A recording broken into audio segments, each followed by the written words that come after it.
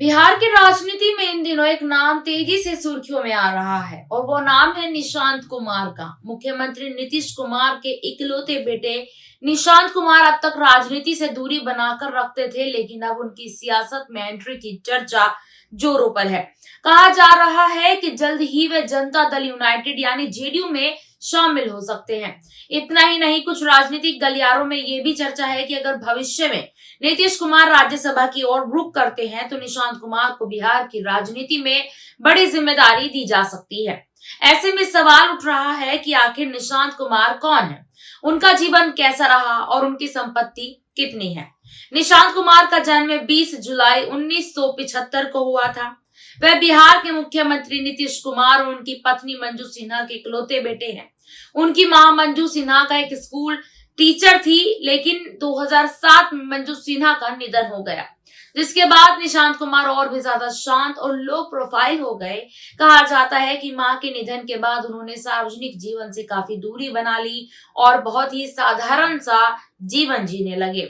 निशांत कुमार की शुरुआती पढ़ाई पटना के सेंट कैरन स्कूल से हुई। इसके बाद उन्होंने मसूरी के मानव भारती इंडिया इंटरनेशनल स्कूल में भी पढ़ाई की। इसके अलावा उन्होंने पटना के केंद्रीय विद्यालय में भी शिक्षा प्राप्त की। उच्च शिक्षा के लिए निशांत कुमार झारखंड के रांची के पास स्थित Birla institute of technology Mesra गए, जहां से उन्होंने सॉफ्टवेयर इंजीनियरिंग में डिग्री हासिल की।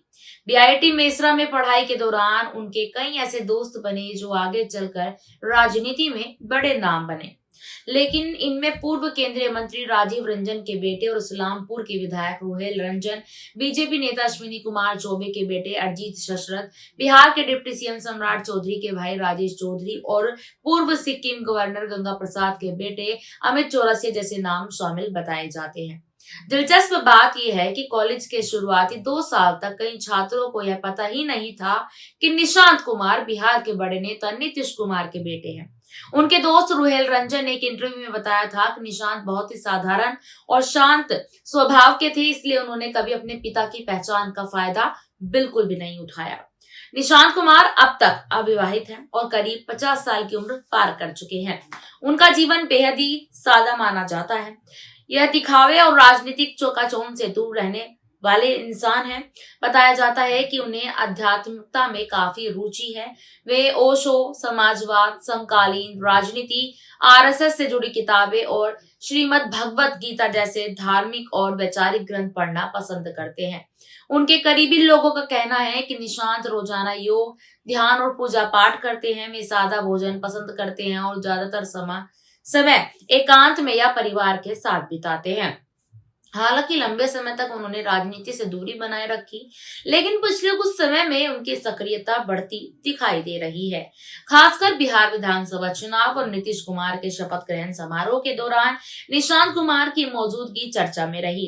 अपने जन्मदिन पर दिए गए एक बयान में उन्होंने कहा था कि उनके पिता ही मुख्यमंत्री बनेंगे और एनडीए को बहुमत मिलेगा। इस बयान के बाद से ही उनकी राजनीति में एंट्री की चर्चा जो है वो तेज हो गई थी। जेडीयू के कई नेता जो हैं और कार्यकर्ता लंबे समय से ये मांग करते नजर आ रहे हैं कि निशांत कुमार को पार्टी में सक्रिय भूमिका दे दी जाए। पार्टी के अंदर भी माना जाता है कि अगर निशांत राजनीति में आते हैं तो वे नीतीश कुमार की राजनीतिक विरासत को आगे बढ़ा सकते हैं। खबरें तो ये भी है कि पार्टी स्तर पर उनके स्वागत की तैयारियां भी शुरू हो चुकी है। अगर बात करें निशांत कुमार की संपत्ति की, तो अलग मीडिया रिपोर्ट्स के मुताबिक उनकी कुल चल और अचल संपत्ति करीब जो है 3.5 करोड़ रुपए की बताई जाती है। इसमें बैंक बैलेंस, नकदी और निवेश के रूप में करीब 1.5 करोड़ रुपए शामिल हैं। इसके अलावा बैंक खातों में फिक्स डिपॉजिट में करीब जो है 1.5 करोड़ रुपए की रकम बताई भी जाती है।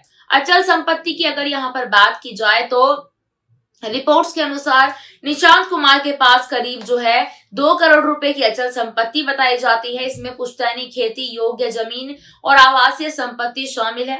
बताया जाता है कि उनकी संपत्ति का बड़ा हिस्सा उनकी मां मंजू सिन्हा के निधन के बाद उन्हें विरासत में भी मिलता हुआ बताया जाता है। साथ ही साथ दिलचस्प बात यह भी है कि मुख्यमंत्री नीतीश कुमार की कुल संपत्ति लगभग जो है यहाँ पर 1.66 करोड़ रुपए बताई जाती है। यानी निशांत कुमार अपने पिता से ज्यादा संपत्ति के मालिक बताए जाते हैं। उनके पास नालंदा के कल्याण बिगहा में पुश्तैनी घर और खेती की जमीन है।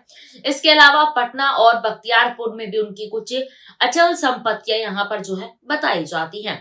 अब सबसे बड़ा सवाल यही है कि क्या निशांत कुमार सच में राजनीति में एंट्री करने जा रहे हैं?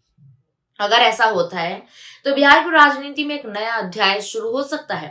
फिलहाल उनकी एंट्री को लेकर चर्चाएं तो तेज हैं और आने वाले समय में यह साफ हो जाएगा कि निशांत कुमार सिर्फ चर्चा में है या सच में बिहार की सियासत में कदम रखने वाले हैं। इसी बीच आपको बताते कि यहाँ पर जहां एक तरफ निशांत कुमार की राजनीतिक एंट्री को लेकर सवाल उठ रहे हैं, तो दूसरी तरफ नीतीश कुमार जो है राज्यसभा जाने के लिए नामांकन भर चुके हैं। अमित शाह ने खुद इस बात की यहाँ पर जो है कहीं ना कहीं पुष्टि की है कि जो नीतीश कुमार है वो अब राज्यसभा जाने की तैयारी में है।